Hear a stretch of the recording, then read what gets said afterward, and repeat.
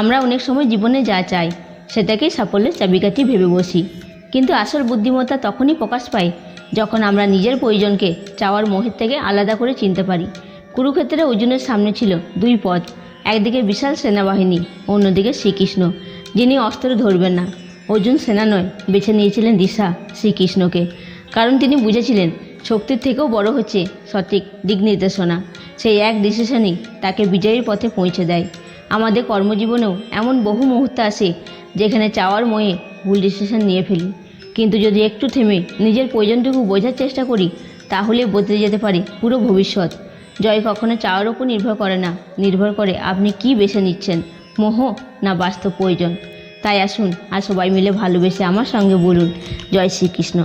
ভালো লাগলে একটা কমেন্ট করে জানাবেন। আপনার প্রতিক্রিয়া আমাদের অনুপ্রেরণা দেয়। আর এমন হৃদয় ছুঁয়ে যাওয়া কন্টেন্ট পেতে ফেসবুক থেকে দেখলে শেয়ার ও ফলো করে পাশে থাকবেন, আর ইউটিউব থেকে দেখলে সাবস্ক্রাইব করতে ভুলবেন না।